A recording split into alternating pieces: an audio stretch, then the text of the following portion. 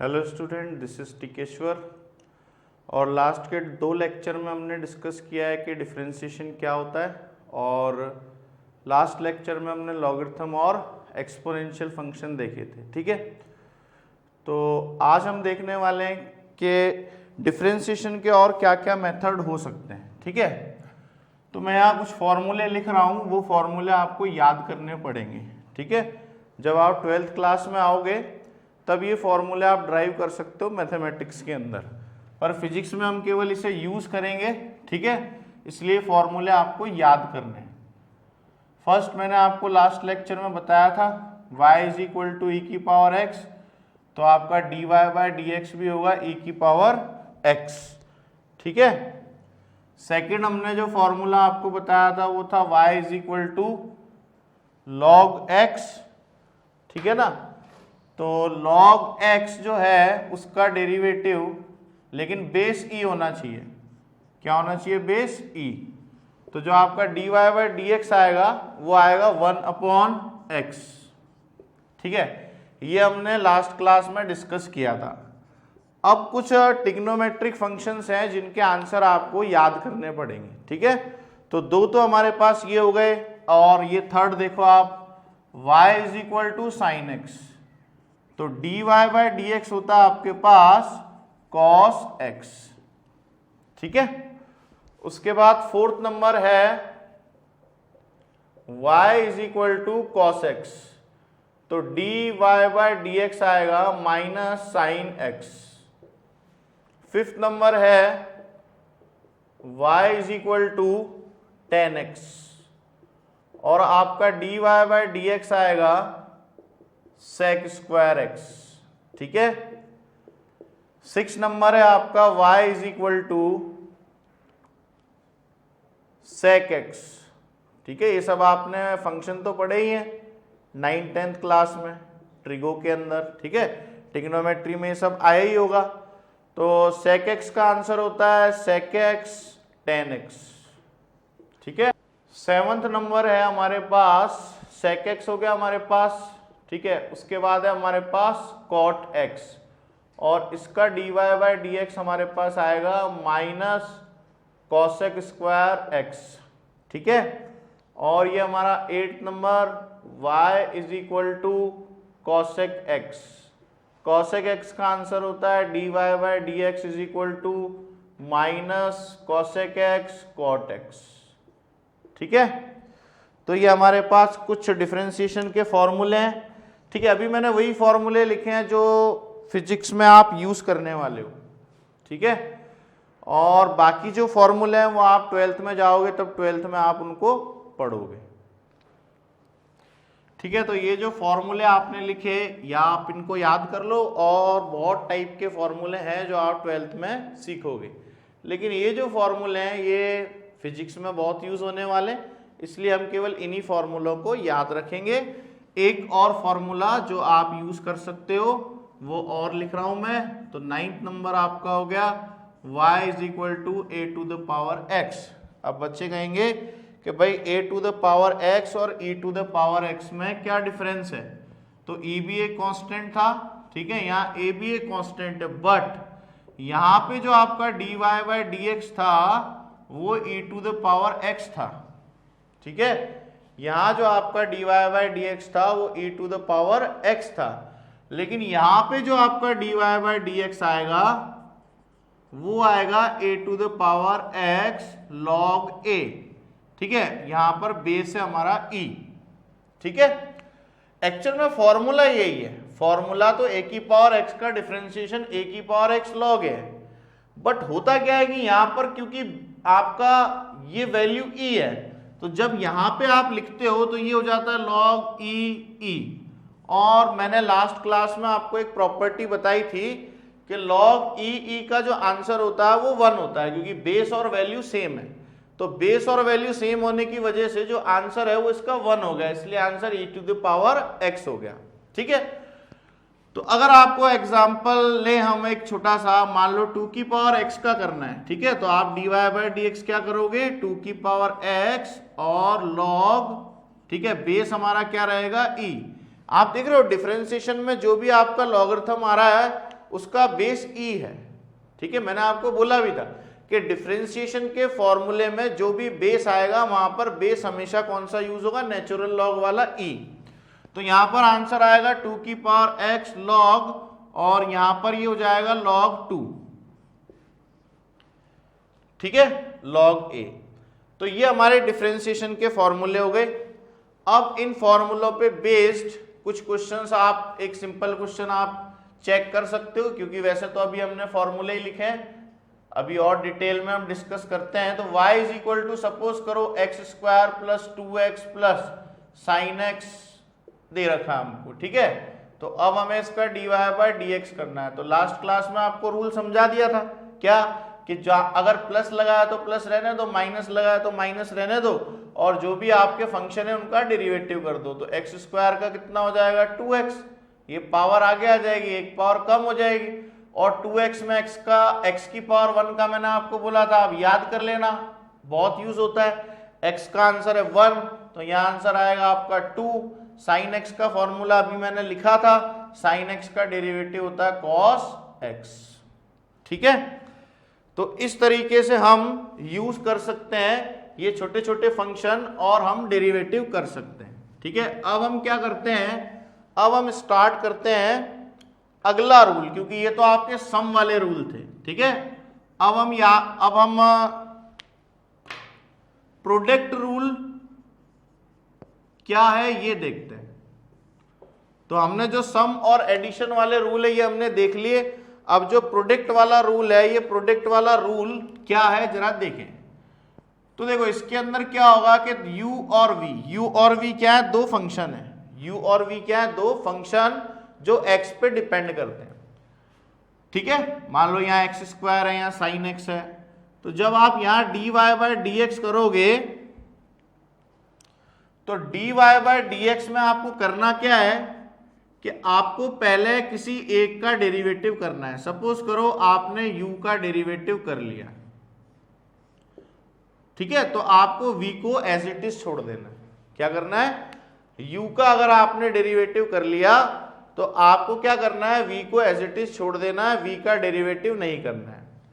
और अगर आपने v का बीच में लगाना है प्लस, उसके बाद आपको करना है v का डेरिवेटिव। जब आपने v का डेरिवेटिव कर लिया तो आपको क्या करना है, u को एज इट इज छोड़ देना है। ठीक है, बात समझ में आई। क्या करना है कि अगर प्रोडक्ट में है तो पहले आप u का करो, v को छोड़ दो, प्लस ये क्या रिप्रेजेंट कर रहा है कि आपने u का डेरिवेटिव किया है।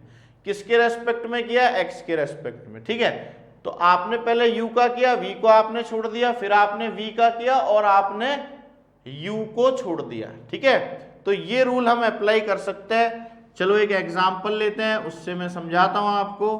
तो y is equal to, suppose करो x² sin x है। तो अब देखो यहां पर दो फंक्शन है, एक x² है और एक क्या है, sin x। ठीक है, तो u हो गया हमारा x² और v हो गया हमारा sin x। ठीक है, तो यानी कि u और v दो फंक्शन प्रोडक्ट में मल्टीप्लाई हो रहे हैं। तो अब हम रूल अप्लाई करते हैं dy बाय dx। ठीक है भाई, तो सबसे पहले आपको क्या करना है कि जो पहला वाला फंक्शन है, क्या दिख रहा है आपको, x²। तो x² का आप डेरिवेटिव करो, कितना आएगा 2x, और sin x को आप एज इट इज छोड़ दो। ठीक है, उसके बाद जब आपने u का डेरिवेटिव किया, v को आपने छोड़ दिया, बीच में साइन लगाओ प्लस का। कौन सा साइन, प्लस का साइन। फिर क्या करना है, x² को हमको छोड़ देना है, x² को हमको छोड़ देना है, और sin x का हमको डेरिवेटिव करना है। और sin x का डेरिवेटिव आप फॉर्मूला चेक करो, sin x का डेरिवेटिव होता है cos x। ठीक है, तो अगर दो फंक्शन मल्टीप्लाई होते हैं तो हम ये वाला रूल यूज करते हैं। बट अब अगर तीन फंक्शन मल्टीप्लाई हो जाए तो क्या होगा, तब भी आपको यही रूल करना है। करना क्या है, आपको किसी एक का करना, बाकी दो बचेंगे उनको छोड़ दो, फिर मिडिल वाले का करो, बाकी दो छोड़ दो, यानी एक एक का करते जाओ और जो बचे हुए हैं ना उनको आप छोड़ते जाओ। ठीक है, तो चलो एक और एग्जांपल अपन थर्ड वाला भी देख लेते हैं। तो देखो एक और एग्जांपल देखते हैं हम, y is equal to e to the power x into sine x into, ठीक है, log x। अब हमारे पास तीन फंक्शन हो गए। ये बेस e वाला है भाई, ठीक है, कौन सा है ये, बेस e वाला। तो अब आपको इसका डेरिवेटिव करना है। यहां कितने फंक्शन मल्टीप्लाई हो रहे हैं, there are three function, e की power x, sin x, log x। तो आपको करना क्या है, आपको ये करना है कि सबसे पहले किसी एक का डेरिवेटिव करना है, बाकी दो को आपको छोड़ देना है, ठीक है। तो देखो अब यहाँ dy बाई dx क्या आएगा, यहाँ पे e की पावर x का हमने डेरिवेटिव किया, बट e की पावर x का डेरिवेटिव भी e की पावर x ही होता है।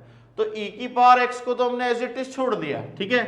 फिर आया हमारे पास sin x, तो e की पावर x का डेरिवेटिव किया, सॉरी, e की पावर x का डेरिवेटिव e की पावर x, sin x और log x को हमने एज इट इज छोड़ दिया, ठीक है।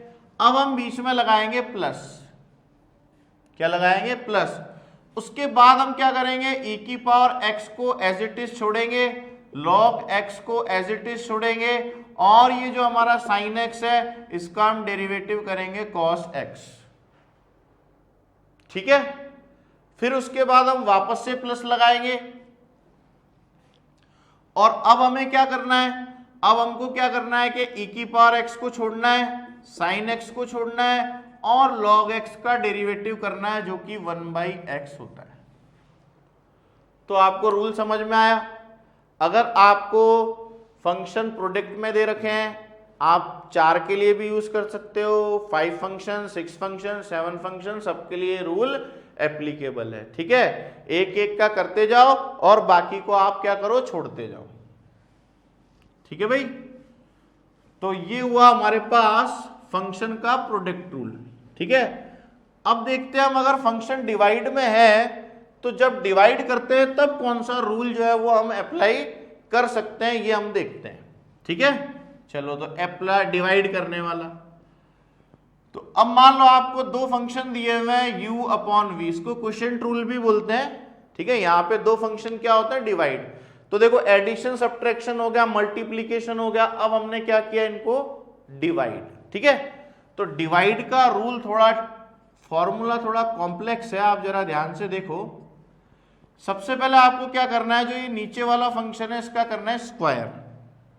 सबसे पहले तो आपको क्या करना है, जो नीचे वाला फंक्शन है इसका स्क्वायर। उसके बाद जो ये नीचे वाला फंक्शन है इसको आप एज इट इज छोड़ दो, जो नीचे वाला फंक्शन है उसको आप एज इट इज छोड़ दो, और ये जो ऊपर वाला फंक्शन है इसका डेरिवेटिव कर दो, यानी du by dx। du by dx का मतलब समझे, u का हमने क्या कर दिया, डेरिवेटिव कर दिया, किसके रेस्पेक्ट में कर दिया, x के रेस्पेक्ट में कर दिया। उसके बाद आपको लगाना माइनस का साइन, उसके बाद लगाना आपको माइनस का साइन। फिर आपको क्या करना है, जो ऊपर वाला इसको एज इट इज छोड़ दो आप u, और जो आपका v है इसका आप डेरिवेटिव करो dv बाई dx। रूल समझ में आया डिवाइड करने वाला। क्या करना है, सबसे पहले v का स्क्वायर, फिर v को आपको छोड़ देना है, फिर u का डेरिवेटिव करना है, लेकिन बीच में फिर साइन कौन सा लगाना, माइनस। कौन सा लगाना, माइनस। प्रोडक्ट में कौन सा लगाया था, प्लस।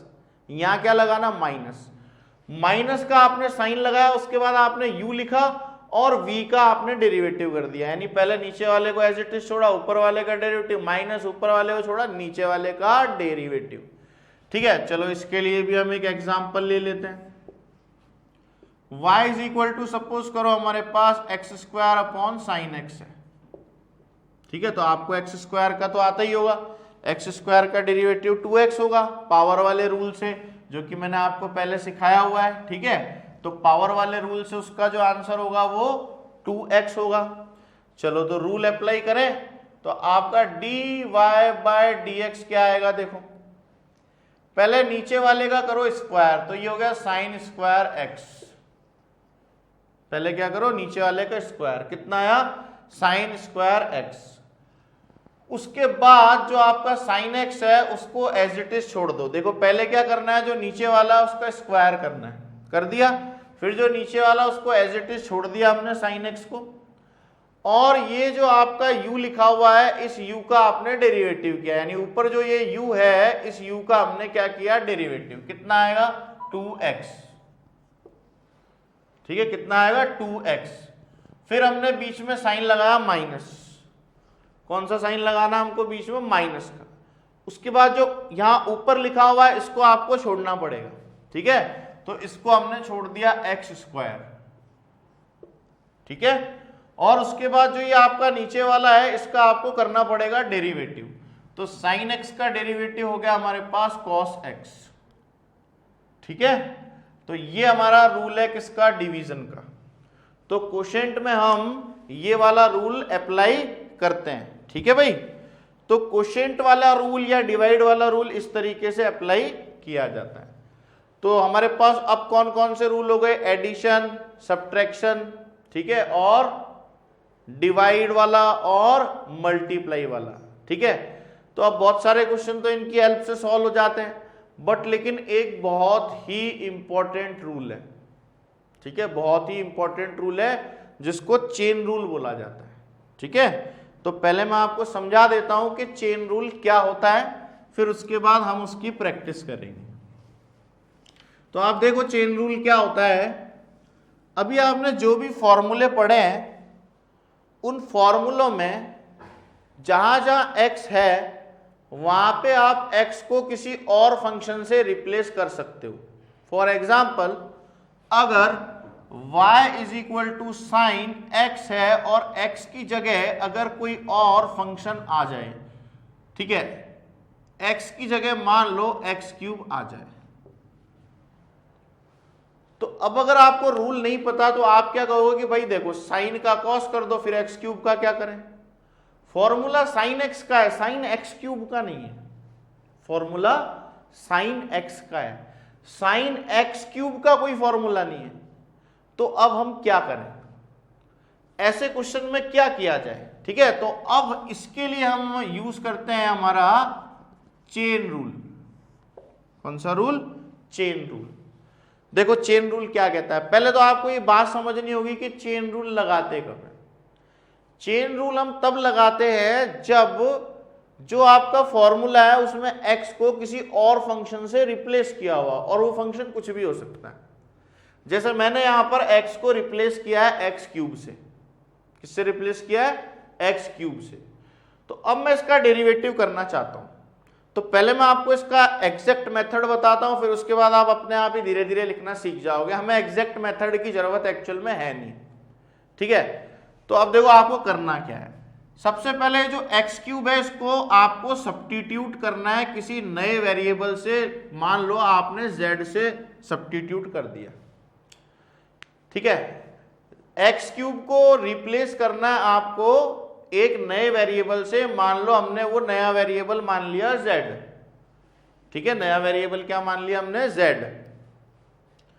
तो अब अगर हम dz बाई dx करें तो कर लेंगे, क्योंकि यह वेरिएबल ही तो चेंज हुआ है। जैसे आपने dy बाई dx किया है ऐसे ही आप यहां से dz बाई dx निकाल सकते हो, निकाल सकते हो कि नहीं भाई। z का डेरिवेटिव करो dz बाई dx, तो क्या आएगा, चलो देख भी लें, लिख भी लेते हैं, चलो फिर देखें क्यों हमने ऐसा किया। चलो dz बाई dx, तो एक्स क्यूब का आंसर कितना आएगा हमारे पास, 3x स्क्वायर। कितना आएगा एक्स क्यूब का आंसर, 3x स्क्वायर। ये हमारा dz बाई dx आ गया। अब dz बाई dx आ गया तो देखो y जो है हमारा, वो y हमारा साइन z बन चुका है, क्योंकि हमने x क्यूब को z से रिप्लेस कर दिया। हमने x क्यूब को z से रिप्लेस कर दिया। अब यहां पर अगर आप डेरिवेटिव करोगे तो बताओ यहां वेरिएबल कौन है, कौन है वेरिएबल, z है ना। तो अब अगर वेरिएबल x से z हो जाए तो यहां क्या dy बाई dx निकालोगे, नहीं ना। यहां पर क्या निकालोगे आप, dy बाई dz। क्या निकालोगे आप, dy बाई dz। और अब अगर मैं आपसे कहूं कि यहां पर तो फॉर्मूला लगेगा, क्योंकि अगर y equal to sine x है तो dy by dx cos x होता है कि नहीं। अगर y is equal to sine x है तो dy by d x is equal to cos x है। तो इसका मतलब ये हुआ कि साइन z का जो डेरिवेटिव है वो cos z बन जाएगा, कोई दिक्कत नहीं है, बन जाएगा ना। लेकिन मुझे तो चाहिए ही नहीं था ना, मुझे z तो मैंने खुद इंट्रोड्यूस किया, मुझे चाहिए क्या, मुझे आंसर चाहिए था dy बाय डी एक्स का। मुझे किसका आंसर चाहिए, किसका आंसर चाहिए, dy बाय डी एक्स। और मैंने निकाला क्या अभी, मैंने निकाला dy बाय dz। तो अब आप सोचो क्या किया जाए, तो एक काम करते हैं, देखो इसको मल्टीप्लाई करते हैं dz बाई dx, ठीक है। हम क्या करते हैं, जो लेफ्ट हैंड वाली साइड है हमारी, इसको हम मल्टीप्लाई करते हैं, ठीक है ना।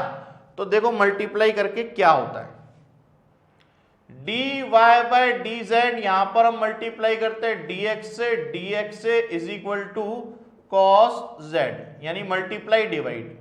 अच्छा, उसके बाद देखो ये वाली जो टर्म है dx बाई dz, ठीक है, तो हम क्या करते हैं dy बाई dx को तो हम लिखते हैं यहां पर, और ये जो आपका dz है इसको वहां ले जाते हैं उस तरफ, और dx को इस साइड शिफ्ट कर देते हैं। तो अब बताओ आपके पास क्या आ रहा है, आपके पास आ रहा है dy by dx is equal to cos z into dz by dx।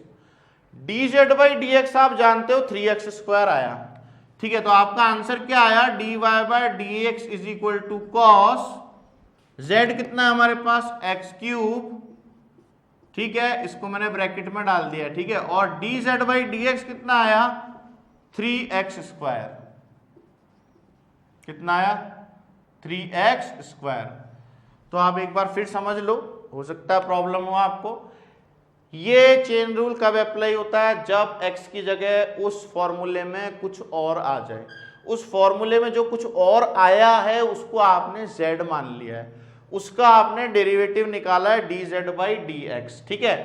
तो अब ये जो है x क्यूब, ये z हो गया, तो आपका जो फंक्शन है वो शिफ्ट हो गया y और z में, यानी z और y वेरिएबल में। तो आपने dy बाई dz निकाल लिया, बट लेकिन हमें कैलकुलेट करना है dy बाई dx। तो आपको क्या करना पड़ेगा, यहां पर dx से मल्टीप्लाई डिवाइड करना पड़ेगा। तो यहां से आपका dy बाई dx आ गया, ठीक है, cos z, और ये dz बाई dx हमने यहां लिख दिया। उसके बाद dz बाई dz की वैल्यू, dz बाई dx की वैल्यू यहां पे पुट कर दी। अब आप ध्यान से सुनो, क्या ये प्रोसीजर बार बार करने की जरूरत है, नहीं। आप देखो एक्चुअल में हुआ क्या है, एक्चुअल में हुआ ये है कि यहां पे जो साइन फंक्शन था ना, उसका डेरिवेटिव कॉस था ना, उसको कॉस एक्स क्यूब तो कर दिया, यहां तक तो कोई प्रॉब्लम नहीं है। और पता होता क्या, अगर मैं ये सब नहीं सिखाता और मैं आपसे कहता तो आप खुद कहते कि यार ठीक है, साइन एक्स का कॉस एक्स होता है तो साइन एक्स क्यूब का कॉस एक्स क्यूब, ठीक है। बट लेकिन जहां एक्स था वहां पर आपने एक्स क्यूब लिखा हुआ है, तो आपको करना क्या है कि जो एक्स क्यूब है उसका भी डेरिवेटिव करके लिखना है। तो एक्स क्यूब का डेरिवेटिव हमारे पास 3x स्क्वायर है, तो यहां पर एक्स क्यूब का जो आपका डेरिवेटिव आएगा वो एक्स क्यूब का डेरिवेटिव आपका 3x स्क्वायर हो गया, ठीक है। तो इसका मतलब हम क्या कहना चाहते हैं कि जो बाहर लिखा हुआ है उसका आप डेरिवेटिव कर दो एज इट इज, जो अंदर है उसको आप सोचो कि वो x ही है, मान लो कि वो x ही है, तो साइन x का cos x। लेकिन जो अंदर लिखा हुआ x नहीं है, तो आपको उसका भी डेरिवेटिव करना है और उसको यहां मल्टीप्लाई कर देना है। समझ में आया? अभी एग्जाम्पल देखो, आपको इस एग्जाम्पल से और ज्यादा क्लियर हो जाएगा कि मैं क्या कहना चाहता हूं, ठीक है। चलो तो एक और एग्जाम्पल से समझते हैं हम। देखो y इज इक्वल टू हमने लिखा साइन, ठीक है, और x square plus 3x plus 4। देखो साइन के अंदर ये सब दे रखा है, ठीक है। करना क्या है, सबसे पहले किसका डेरिवेटिव करना है, जो बाहर लिखा है, अंदर वाले को भूल जाओ। तो साइन का हो गया cos x square plus 3x plus 4, ठीक है। बट अभी आंसर खत्म नहीं हुआ। अब आपको ये देखना है कि जिसे आप x मान के बैठे हुए हो वो तो x है नहीं, वो क्या आपके पास x square plus 3x plus 4, कितना है वो x square plus 3x plus 4। इसका आपको करना पड़ेगा डेरिवेटिव और इसे आपको करना पड़ेगा मल्टीप्लाई। तो आप एक्स स्क्वायर का डेरिवेटिव देखो कितना आएगा 2x, ठीक है, और 3x का मैंने आपको आज फिर बताया था स्टार्टिंग में x का 1 होता है 3, और ये 4 के साथ तो कोई वेरिएबल ही नहीं है, और अगर कांस्टेंट अकेला हो तो उसका आंसर कितना होता है 0, तो इसका मतलब इस 4 का आंसर हो गया 0, यानी दैट्स इट। यानी सबसे पहले हमने बाहर वाले का किया और फिर इसके अंदर जो लिखा था उसका किया। चलो और एग्जांपल देखो, मान लो मैंने आपसे कहा y इज इक्वल टू ई की पावर 4x प्लस 3। सबसे पहले आपको ये ढूंढना है कि फॉर्मूला कौन सा है। तो अब आप कहोगे सर फॉर्मूला तो हमारे पास था y is equal to e to the power x, तो इसका डेरिवेटिव क्या था dy बाय dx बराबर ई टू द पावर x था ना। बट लेकिन यहां पे क्या x की जगह x है? नहीं है। यहां x की जगह कितना आपके पास 4x प्लस 3, कितना आपके पास 4x प्लस 3 है आपके पास, ठीक है। तो इसका मतलब ये हुआ कि जब आप dy बाय dx करोगे तो ये क्या आएगा e की पावर x, तो मान लो ये x है, तो e की पावर x का हो गया e की पावर x, देन मल्टीप्लाई, किससे मल्टीप्लाई करना चाहोगे? यहां पे आपके पास 4x प्लस 3 है, इसको अलग से लिख लो क्योंकि ये यहां पे x नहीं है, कितना है 4x प्लस 3, तो आपको इस 4x प्लस 3 का पहले डेरिवेटिव करना है। क्या करना है? डेरिवेटिव। तो 4x प्लस 3 का डेरिवेटिव कितना हो गया? 4x का हो गया 4, क्योंकि x का 1 और 3 का 0, ठीक है। तो मेरे हिसाब से आपको चेन रूल समझ में आया होगा। अब चेन रूल के लिए मैं आपको सबसे इंपॉर्टेंट एक बात बताता हूं जो बहुत ही इंपॉर्टेंट है। आपको ये तो समझ में आया होगा कि चेन रूल तब लगाते हैं जब फॉर्मूले में x को किसी और फंक्शन से रिप्लेस कर दिया जाता है। When x is replaced by some other function, तो हम क्या अप्लाई करते हैं? Chain rule. तो चेन रूल जब हम अप्लाई करते हैं तो चेन रूल में जो भी फॉर्मूला उसको तो आप एज इट इज यूज कर लो, लेकिन उसके अंदर जो लिखा हुआ उसका भी आपको डेरिवेटिव करके मल्टीप्लाई करना पड़ता है। क्या करना पड़ता है? मल्टीप्लाई करना पड़ता है, ठीक है। अब आप एक सबसे इंपॉर्टेंट बात याद रखो जो कि चेन रूल के लिए 11th क्लास के बच्चों के लिए बहुत ही इंपॉर्टेंट है। कौन सी बात? देखो, अगर किसी भी फंक्शन में पावर है, किसी भी फंक्शन में पावर है, यानी y is equal to x to the power n, तो आपको पता है कि dy by dx is equal to n into x to the power n माइनस 1 होने वाला है। सबसे पहले यहां पर देखो क्या लिखा है और उसकी कुछ पावर तो नहीं है, क्योंकि सबसे पहले आपको इसको x को छोड़ के पहले पावर का डेरिवेटिव करना पड़ता है। किसका करना पड़ता है? पावर का, ठीक है। पावर का डेरिवेटिव करने के बाद देखना होता है कि इस सर्कल में क्या है। जैसे अभी समझ नहीं आएगा, फिर लिखो एक और एग्जांपल, आपको समझ आएगा। देखो, मैं आपसे कहूं साइन एक्स का होल स्क्वायर का डेरिवेटिव करो। अब अंदर क्या है उसे भूल जाओ, ऊपर क्या है? पावर। सबसे पहले ऊपर क्या है? पावर, यानी आपको किसका करना पड़ेगा? पावर का। सबसे पहले आपको करना पड़ेगा पावर का, और पावर कितनी है यहां पर? 2, ठीक है। तो देखो, सबसे पहले आप करो पावर का, यानी कि 2 आ गया आगे, और इसे आप x मान के चलो। मान लो ये सर्कल है और ये एक फंक्शन है, उसकी पावर है, पहले होगा पावर का, फिर साइन x, इसको एज इट इज लिखते जाओ, एक पावर कम करो, 2 माइनस 1 यानी 1। तो सबसे पहले हमने एक पावर क्या कर दी? उसकी कम कर दी, यानी हमने पावर का किया, लेकिन जो अंदर लिखा हुआ है ये formula x to the power n के लिए है, ये formula x to the power n के लिए है, और हमने, ठीक है, तो आपका ये जो फॉर्मूला ये किसके लिए? x to the power n के लिए, और हमने क्या किया? Sine x to the power n का किया है। तो पहले आपको क्या करना पड़ेगा, पावर का सॉल्व करो और उसके बाद जो अंदर लिखा हुआ है साइन एक्स, इसका भी डेरिवेटिव करो। तो स्टार्टिंग में आपको बड़ा मुश्किल लगता है बच्चों को चेन रूल, तो मैंने आपको क्या बोला कि आपको सिर्फ ये देखना, अगर पावर वाला कोई क्वेश्चन है तो सबसे पहले किसका करोगे, सबसे पहले किसका करोगे, पावर का। ठीक है, चलो मैं एक और कराता हूं। पहले आप बताओ log x का आंसर क्या होता है, dy by dx। log x का होता है 1 बाई एक्स। चलो मान लो मैं आपसे कहता हूं log x की पावर 4 दे रखा है, क्या करोगे, सबसे पहले क्या करोगे, पावर आगे और जो भी अंदर लिखा हुआ उसको वहीं का वहीं लिखा, एक पावर कम। ठीक है, तो सबसे पहले हमेशा क्या देखना, वहां पावर है या नहीं है। अगर पावर है तो सबसे पहले पावर का करो। ठीक है, तो यहां पर ये आ गया 4 log x की पावर 3, बट लेकिन यहां पे जिसकी आप पावर सॉल्व कर रहे हो उसका भी डेरिवेटिव करना पड़ेगा। तो आपको log x का करना पड़ेगा 1 बाई एक्स और उसे मल्टीप्लाई करना पड़ेगा। ठीक है, बात समझ में आई। तो इसका मतलब क्या हुआ कि सबसे इंपॉर्टेंट, सबसे पहले क्या देखो, पावर।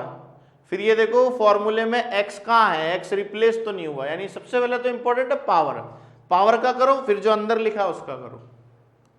ठीक है, और अगर पावर जो है उसको देखने के बाद भी अगर कोई फंक्शन ऐसा है अंदर भी और भी, तो x की जगह कुछ और आ सकता है। चलो एक और एग्जांपल से समझाता हूं मैं आपको।